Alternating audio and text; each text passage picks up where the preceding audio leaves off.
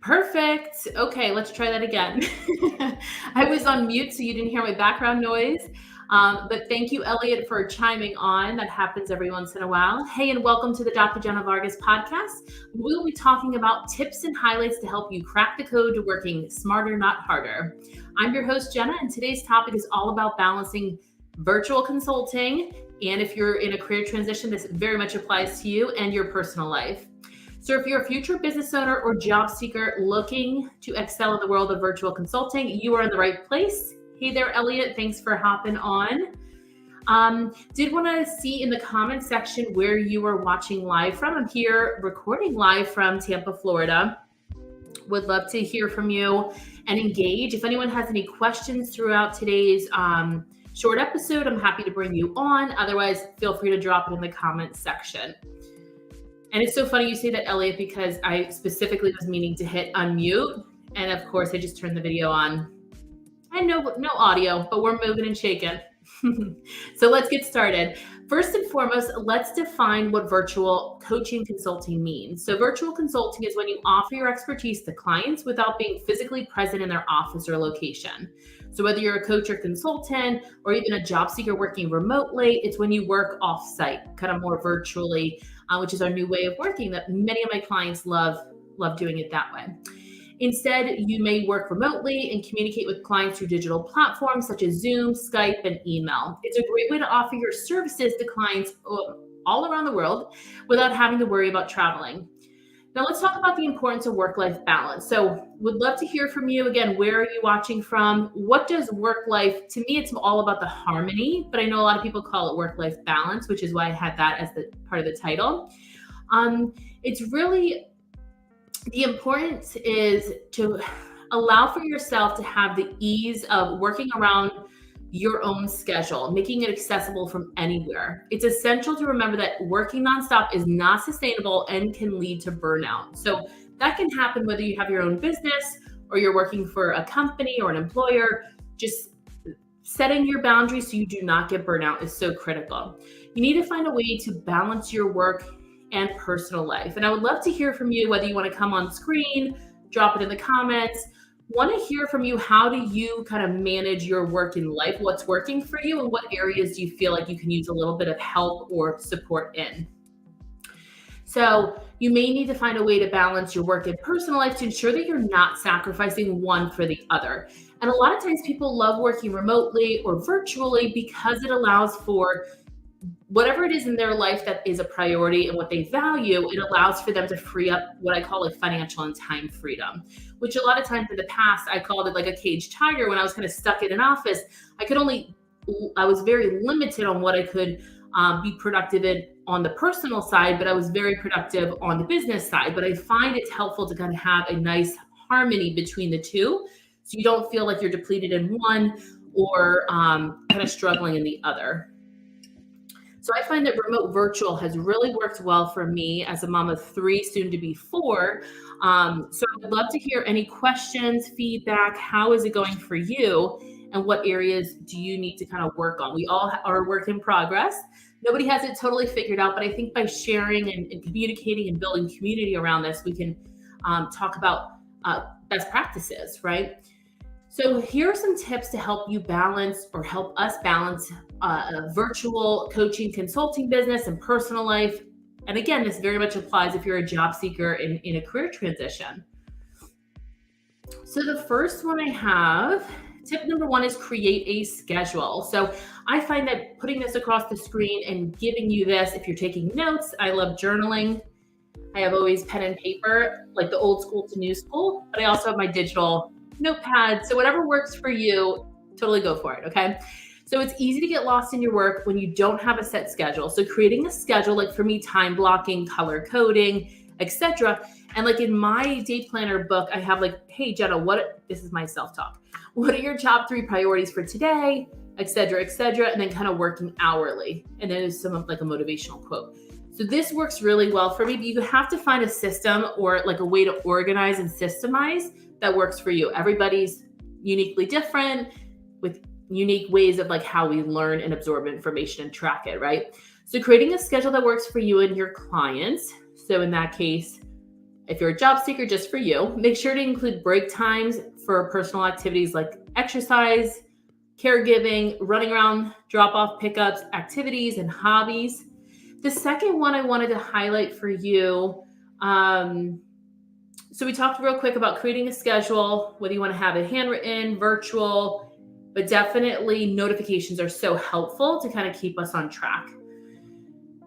I put everything on the calendar, personal, professional, birthdays, anniversaries, you name it. I'm trying my best. I don't have it all figured out, but try my best.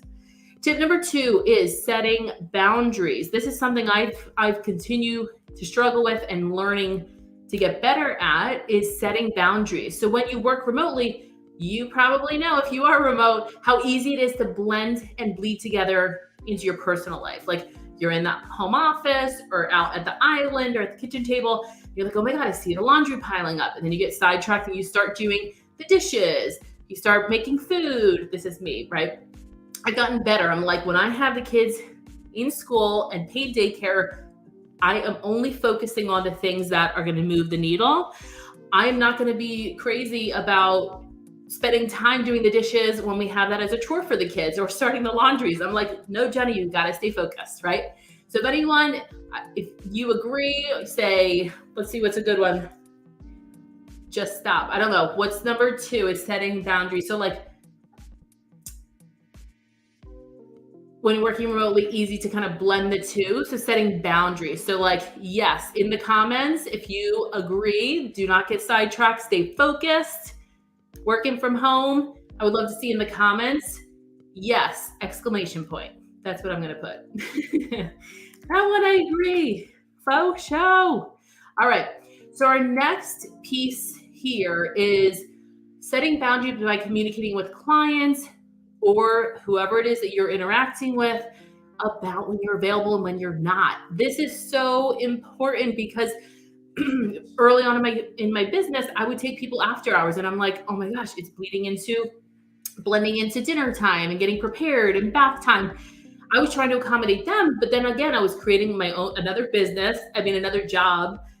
I wasn't creating like boundaries in the business and I was burnt out. Like I was just trying to accommodate others. And I'm like, no, the whole reason of creating this remote virtual business was to be able to have my boundaries set, enjoy family time, enjoy being present in the business. And that's still something I struggle with. I have to learn to just disconnect. I love serving and the transformations, and sometimes it's hard to disconnect, right? So thank you everyone for putting your yeses to agreeing to setting boundaries. All right, so tip number 3. Let's see. Tip number 3 is make time for self-care. Do we know what that means? This could be a struggle for many.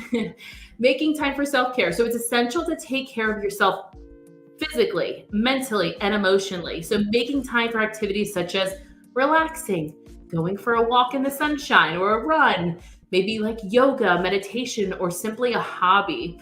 Whether it's a hobby with a spouse or a partner or with a girlfriend, whoever it might be, just kind of like stepping away from the normal structure of your routine can make a world of a difference. I know for me, it's like that reset, re-energize. I've been even like meeting up for coffee or lunch with a college girlfriend of mine once a month. It's phenomenal. We both have 3 kiddos.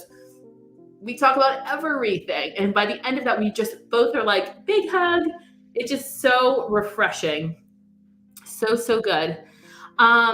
Would love to hear what you were doing for self-care. What is on your priority list, or what are things that you want to do? Like, what's your goal in the next 30 days? Like, oh my gosh, I would love to get a facial, or what's something free you could do? Try out a new meal, or put on wine and music while you're baking something, just something that fills you up and energizes your spirit, right? And then tip number 4 is communicate with your loved ones. And what does that actually mean, right? So let your family and friends know when you're working and when you're available. I'm still kind of trying to, the older kids are pretty good with this, but Grayson will just like, boom, he's right in the office. He's 18 months, just about 17, 18 months. This way, they will know not to disturb you. Maybe you put something on like the door, like work in progress, because otherwise if you get sidetracked, it's hard to stay focused on your priorities. Then hopefully they won't disturb you, and during your work hours, they can respect your personal time. Okay. And then lastly, let's see, last but not least, is always remember why you started your business or this particular career path that you're on. Whether it's the flexibility, the ability to work with clients from all over the world, or even the opportunity to be your own boss, remind yourself of your goals and motivations. This will help you stay focused, motivated, energized, and prevent you from burnout. And each month it's like self-check. How is that burnout thermometer? How are we looking? How are we doing? How is our energy at that end of the month, right? So remember, it's all about working smarter, not harder. Would love to hear from you in the comments. If this resonates with you, I'm trying to think what you can say is yay, Y-A-Y, exclamation point, Y-A-Y. I hope you found this very resourceful and helpful to start the discussion. Again, for future episodes, I would love for you to be able to come on screen, have more of a discussion versus just me talking to you. I would love for you to be a part of the conversation, and even dropping some comments or questions is so helpful. Tune in next time for more insights and tips to help you succeed in your career and when starting your business. I'm going to be dropping in the comment section how you can we can connect, continue the conversation, and stay tuned for next time.